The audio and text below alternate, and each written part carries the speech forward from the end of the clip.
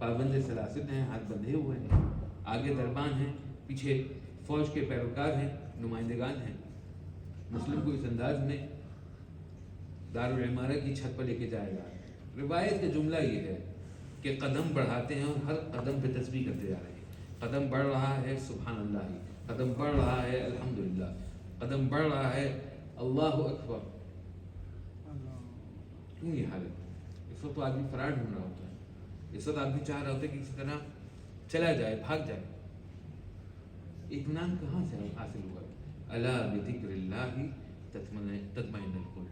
اللہ کا ذکر ہے جو انسان کے دل کو قرار اور سکون دیتا ہے. مصعب بن عقیل نے یہ بہترین انداز میں اس کو بیان کیا. نہ کوئی ڈر نہ کوئی خوف سے مسلم کیا. میں سمجھتا مار ہوں آخری وقت پہ، ابو ذر ہوں آخری وقت پہ، کوئی ایسی پریشانی، کوئی ایسی بات کیوں نہیں؟ پریشانی تب ہو جب ان کو لگے کہ مجھے فیصلہ کرنا آگے کیا ہونے والا ہے. جب میں نے فیصلہ اللہ کے ہاتھ میں چھوڑ دیا، پھر اللہ کی مرضی، جیسے چاہے اٹھائے، جیسے چاہے رکھے، جیسے چاہے ہمیں آزمائے، جس طرح سے چاہے ہمارے امتحان میں، اس کی مرضی، فیصلہ اس کا ہو. اللہ بذکر اللہ تطمئن القلوب، کہ اللہ نے یہ فیصلہ کر لیا ہے، میرا ذکر تمہارے دلوں کو قرار دے. ایک وہ ذکر ہے جو اسم اللہ آپ زبان پہ لیتے ہیں، جاری کرتے ہیں. ایک وہ ذکر ہے جو اسماء اہل بیت علیہ السلام کہ جن سے آپ توسل و تمسک کرتے ہیں. اس حدیث میں، اس خطبے میں مولا متقیان امیر المومنین امام علی بن ابی طالب علیہ السلام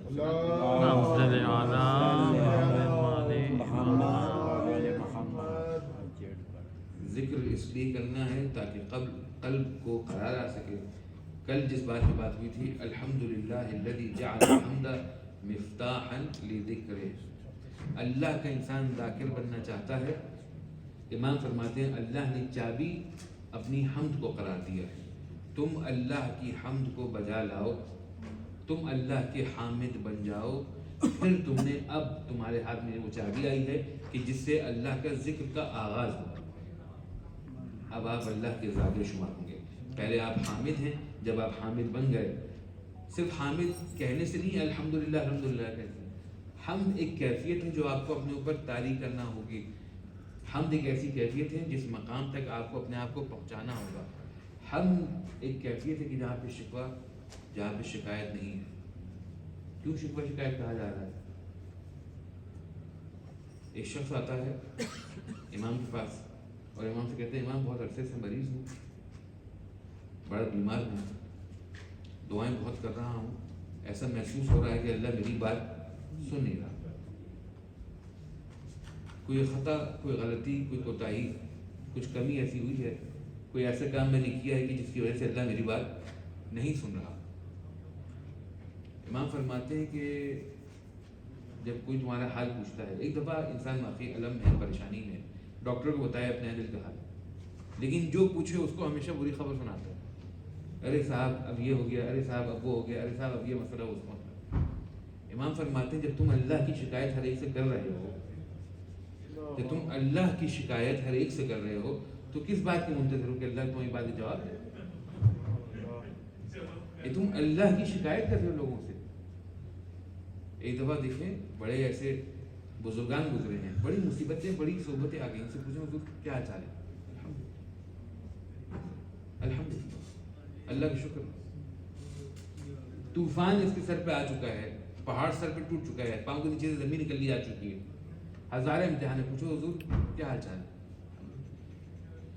کیوں الحمدللہ؟ اس کو پتہ ہے جو کچھ ہے اس کے اختیار میں ہے، اس کے اختیار سے ہو رہا ہے الحمدللہ. یہ وہ حمد، الحمدللہ علی کل حال. یہ بھی درجات ہیں، ضروری نہیں کہ یہیں پہنچ کے ذات ذاکر ہو. ہر حال میں اللہ کی حمد بجا لانا. کیسے؟ میں اس سے راضی ہوں، انشاءاللہ وہ مجھ سے راضی ہے، میں اس کی تقدیر پر راضی ہوں. اللہ میرے بھائی کو تو اتنا پیسہ دیا، آپ نے مجھے اتنا پیسہ نہیں دیا. رازق کے رزاقیت سے شکایت ہے تو یہ مسئلہ اور گہرا ہے. ابھی اسی حدیث میں آگے امام نے ایک بہت کلیدی بڑی خوبصورت بات کریں گے.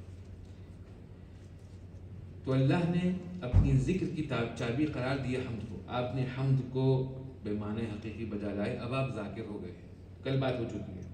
انا دلیس من ذکرنی، جس نے میرا ذکر کیا. کون؟ اللہ. میں اس کا ہم نشین قرار ہوا، اس نے مجھے اپنا ہم نشین قرار پایا. جس نے میرا ذکر کیا میں اس کا ہم نشین کیا. وَسَبَبًا لِلْمَزِيدِ مِنْ فَضْلِ، اور امام فرماتے ہیں مولا کائنات کہتے ہیں حمد جو ہے سبب بنتی ہے کہ اللہ کا فضل مزید آپ کی شامل حال ہے. ماشاءاللہ. نماز جمعہ کل ادا کیجیے گا آپ، آج شب جمعہ ہے. سورہ جمعہ کے اندر جو آیت پڑھی جاتی ہے وَابْتَغُوا مِن فَضْلِ اللَّهِ، نماز پڑھ لی، اب فضل اللہ کو ڈھونڈو. امام کیا فرماتے ہیں؟ امام فرماتے ہیں کہ تم اللہ کے حامد بن جاؤ، جتنا فضل ہے اللہ اس میں اضافہ کر دے گا. جو فضل ہے اس میں اللہ اضافہ کر دے گا.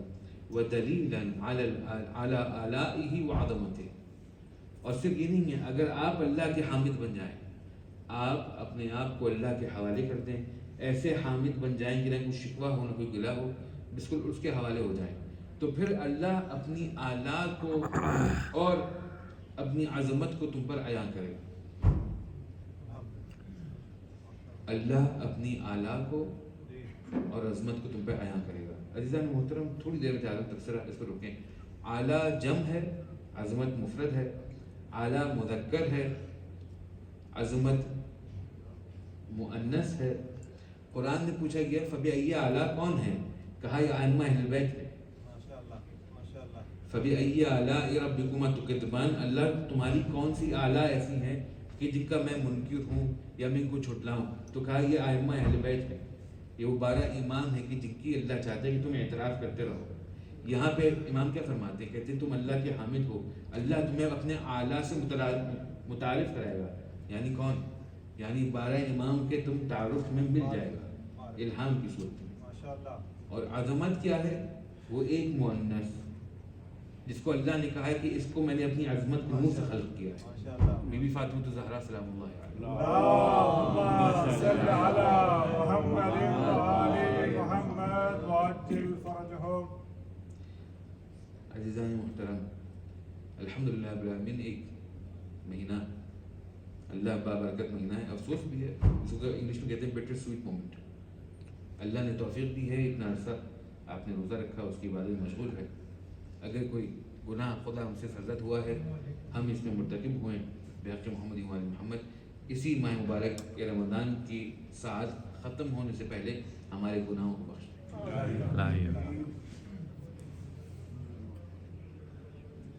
پھر امام فرماتے ہیں دلیلاً علی آلائہ وعظمتہ.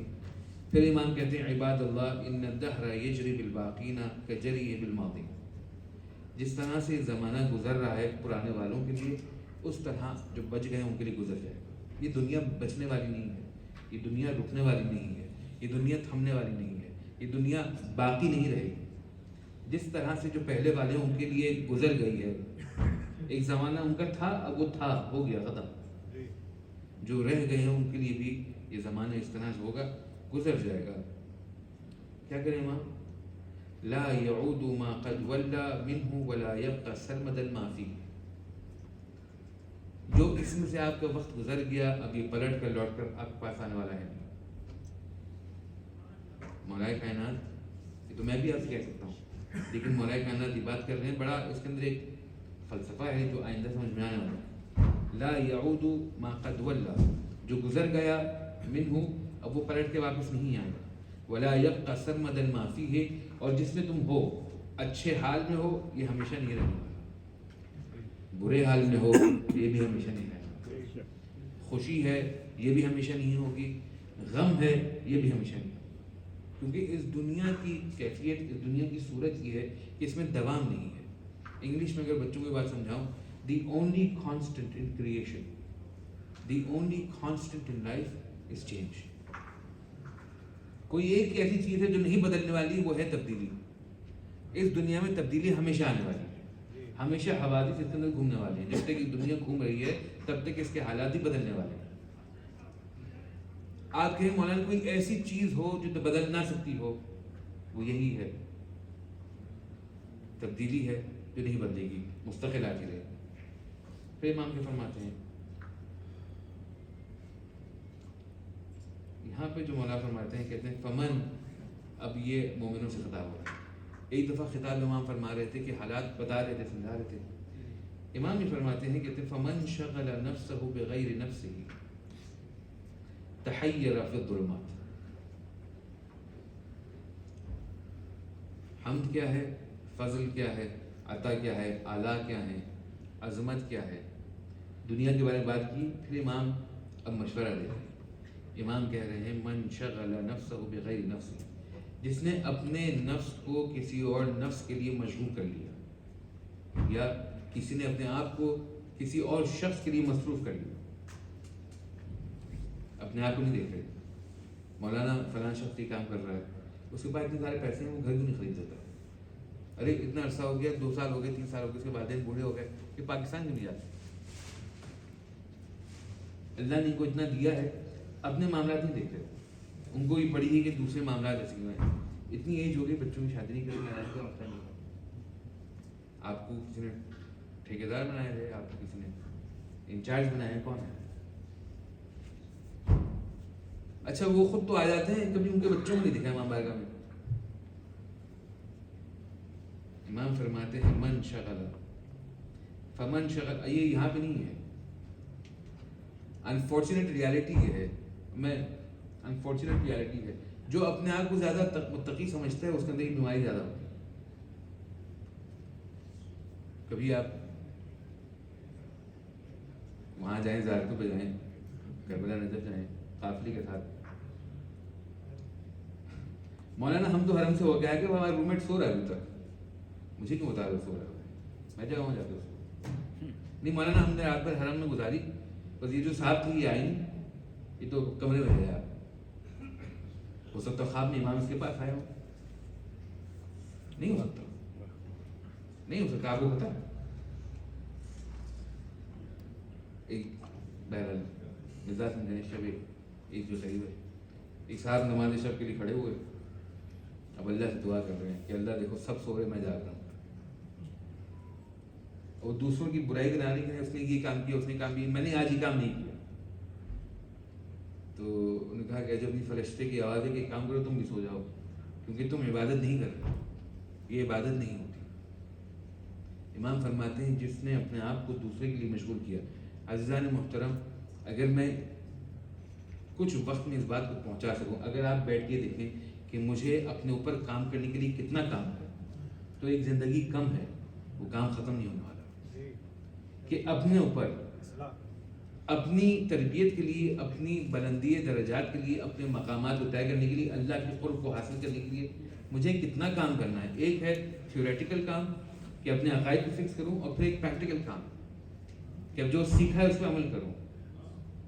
ایک زندگی کم لگے گی آپ کو. اگر پریکٹیکل ٹرپ چاہیے تو 3 حصوں میں جوانوں کے لیے اپنے وجود کو، اپنے آپ کو 3 حصوں میں ڈیوائڈ کریں. ایک آپ کی فزیکل ہیلتھ، ایک آپ کی مینٹل ہیلتھ، اور آپ کی اسپرچل ہیلتھ. اپنے آپ کو 3 حصوں میں ڈیوائڈ کریں. فزیکل ہیلتھ میں آپ دیکھیں کہ کیا میں اپنے فزیکل پرائم میں ہوں یا سین ہوں، یہ کام لگ جاؤ گا. مینٹل ہیلتھ میں آ کے دیکھیں. مینٹل ہیلتھ میں آ کے ایک تو وہ ہے کہ میرے مینٹل ہیلتھ ایشوز، میری الجھنیں جو ہیں وہ سلجھی ہوئی ہیں، میرے معاملات، میری ایموشنل انٹیلیجنس، تمام چیزیں. کیا میں ایموشنلی اویلیبل ہوں، جبار تو نہیں ہوں، اپریسر تو نہیں ہوں، سن لیتا ہوں دوسروں کی باتیں. کوئی مجھے آگے کی شکایت کرتا ہے تو میں فوراً خود تو نہیں پڑھتا اپنے دفاع میں. مینٹل ہیلتھ کے لیے کیا ہے؟ علم حاصل کریں. مینٹل ہیلتھ کے لیے کیا ہے؟ کوئی ایسی کیا ایکٹیویٹیز کریں کہ آپ کے ذہن ہمیشہ مشغول ہو. تیسرا اسپرچل ہیلتھ.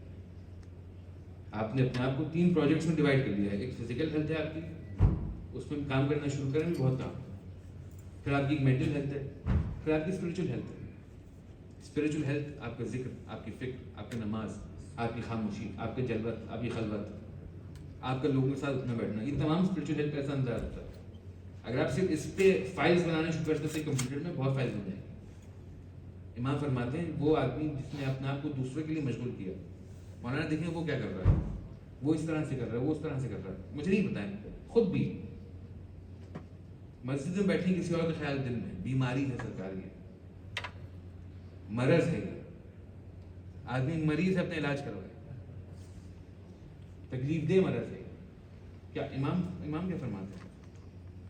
امام فرماتے ہیں فمن شغل نفسہ بغیر نفسہ، جس نے اپنے نفس کو مشغول کیا اپنے علاوہ کسی سے، تحیر فی الظلمات، یہ اندھیروں میں، آئے نور کے ہے آیت الکرسی، اللہ ولی الذین آمنوا یخرجہم من الظلمات الی النور، اللہ ولی ہے ان لوگوں کا، ان کو اندھیروں سے نکال کے نور طرف لے آتا ہے۔ امام فرماتے ہیں جو دوسرے میں مشغول ہو جاتا ہے، تحیر فی الظلمات، یہ اندھیرے میں کھو جاتا ہے،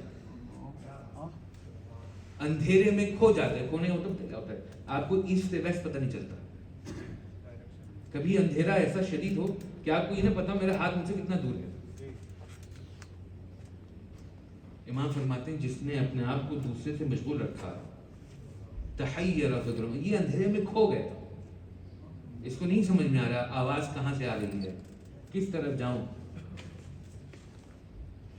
وارتکب فی الحلقات، اور یہ قدم قدم پہ ہلاک ہوگا، یہ گرے گا بکھر جائے گا، اس کو پھر اٹھایا جائے گا، یہ پھر گرے گا، یہ پھر بکھر جائے گا۔ کیوں؟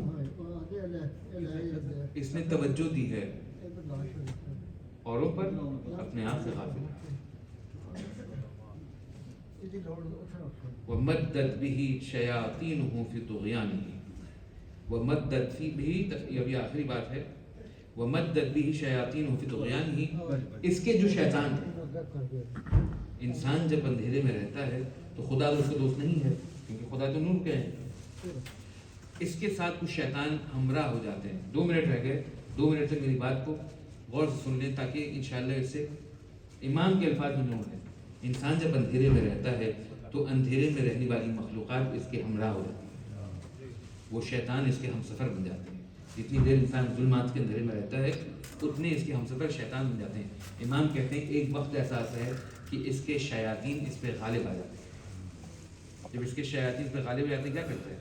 کہتے ہیں، امام فرماتے ہیں وَزَيَّنَتْ لَهُ سَيِّئُ أَعْمَالِهِ، اس کے برے اعمال کو بھی کہتے ہیں کتنا اچھا کام کیا تم نے۔ دیکھیں ایک ہوتا ہے بیمار، ایک ہوتا ہے وہ بیمار جس کو پتہ نہیں وہ بیمار ہے۔ ایک شخص ہے اس کو پتہ ہے کہ کینسر ہے، علاج کر رہا ہے۔ ایک شخص جس کو تو نہیں پتا کہ اس کو کینسر ہے، اس کو کہتے ہیں جہل مرکب۔ کہتے ہیں جب شخص اندھیرے میں بہت دیر رہتا ہے تو اس کے ساتھ شیاطین جڑ جاتے ہیں، اب جو بھی وہ اچھا کام کرتا ہے، برا کام کرتا ہے، اس کو اچھا کر کے دکھاتے ہیں۔ یعنی انسان اتنا برباد ہو چکا ہوتا ہے کہ اس کو اپنے برے کام اچھے لگنے نظر آنے۔ ایک شروع کہاں سے ہوا تھا؟ کیونکہ یہ خود میں نہیں، دوسرے مشغول۔